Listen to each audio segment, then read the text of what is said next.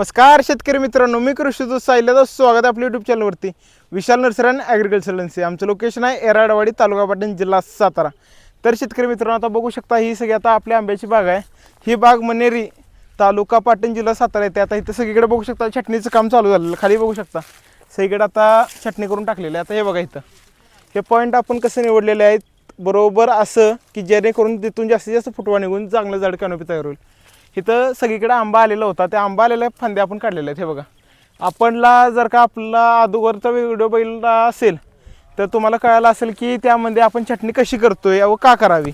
आता ह्यानंतर हे एकदम महत्त्वाचा टप्पा आहे. का तर आता ही जी छटणी झालेली आहे त्यावर आपल्याला ठराविक प्रमाणात आहे ना फवारणी घेणं गरजेचं आहे. आता तुम्ही म्हणता अशीला फवारणी घेणं का गरजेचं आहे, तर साधारणपणे छटणी गेल्यानंतर नवीन फुटवा येण्यासाठी साधारणपणे 15 दिवस लागतात. 15 दिवस हा कालावधी जर का आपल्याला कमी करायचा असेल तर आपलं जर का रासायनिक खते जर का वापरली तर त्याच्या प्रादुर्भावामुळे आपलं लवकर फुटवा येतील व आपलं 2027 जे मिशन आहे म्हणजे काय लवकर आंबा येणे, चांगल्या प्रकारचा आंबा येणे ते आपण नक्की अचीव करू. म्हणून आता आपण काय करणार आहोत, जरा खतं वगैरे वापरणार ते तुम्हाला आता दाखवतो टाकता.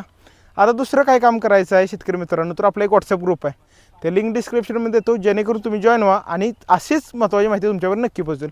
आता मेन काय आहे त्यामध्ये आपण काय काय घेणार त्यासोबत त्याचं माहिती वगैरे सांगतो. या इकडं तर हे बघा सगळ्यात महत्त्वाचा घटक हे आहे.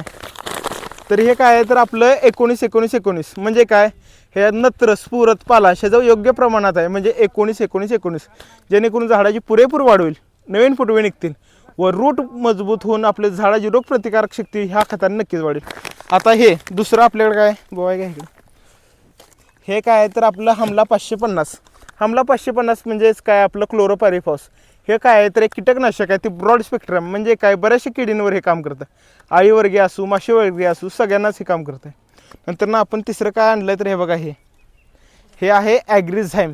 आता ॲग्रिझाईमचं महत्त्व काय आहे तर आपल्या झाडाला स्ट्रेसमध्ये जातात, कारण त्याची पालवा कट झाला की त्याला स्ट्रेस बसतो. त्यातून बाहेर निघण्यासाठी आपल्याकडे काय आहे तर ॲग्रिझाईममध्ये कंटेंट किती 3, humic acid, फ्लुविक acid, amino acid. ह्याचं काम एकदम क्वालिटीचं असते. त्यानंतरनं हे सगळ्यात महत्त्वाचं आहे बरं का, हे काय साफमध्ये काय घटक किती 2, कार्बनडिझम आणि मानकोजेब.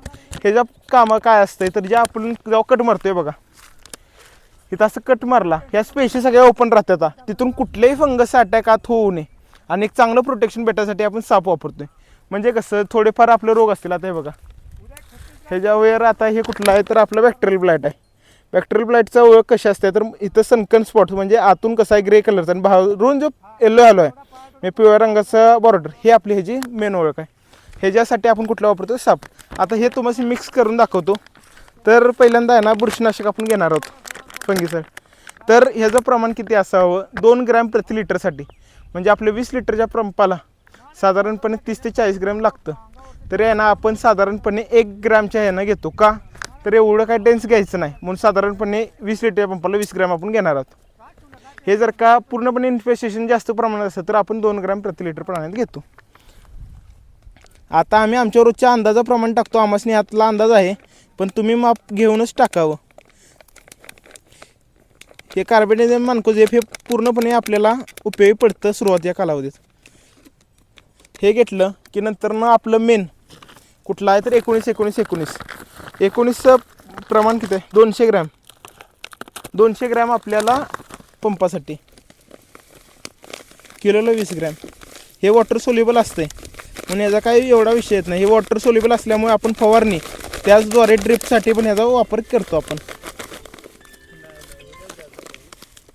हे झालं की मग घ्यायचं कुठलं तर आपलं ॲग्रिझाईम. ॲग्रिझाईमचा वापर ह्या ml मध्ये असतो. तर आता हे कुठलं आहे तर आपलं ॲग्रिझाईममध्ये काय मेन आपलं तर स्ट्रेसमध्ये बाहेर काढा. हे बघा हे साधारणपणे आहे ना 20 ml आपण घेणार आहे आपल्या पंपासाठी. इथं आता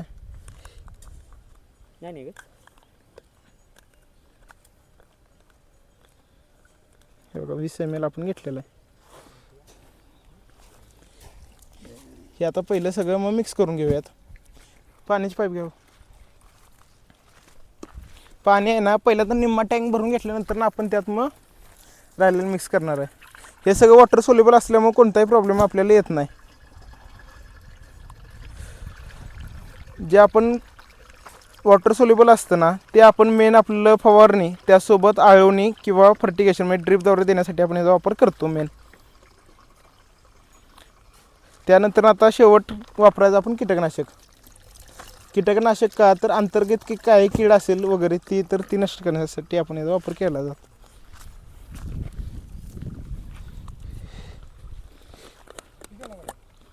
हे पण आहे ना 15 ml आपलं पंपाला फक्त, जास्त नाही.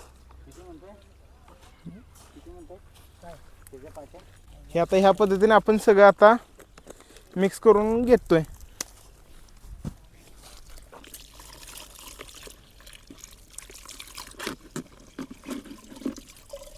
जवळून या. हे आता तुम्ही सोल्युशन बघू शकता पांढऱ्या रंगाचं आता दिसतंय. हे आता तुमसनी आणि मिक्स करण्याची एक नंबर ट्रिक तुमसनी दाखवतो मी आता. तर हे आपलं जेट आहे साधारणपणे. हे आता आहे ना हे चालू करायचं आणि आतल्यात जरी हे केलं ना तर चांगल्या पद्धतीने मिक्स होते.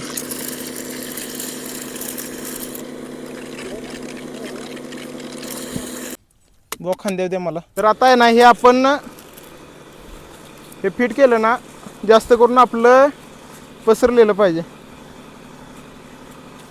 हे आता डबलचं असल्यामुळे ह्याचं प्रेशर खूप जास्त आहे. हे बघ ह्या पद्धतीने पूर्णपणे कॅनोपी भिजेल असं आपण फवारणी घेणार आहोत. म्हणजे ज्या ज्या ओपन स्पेस आहेत सगळ्या क्लिअर होऊन जातील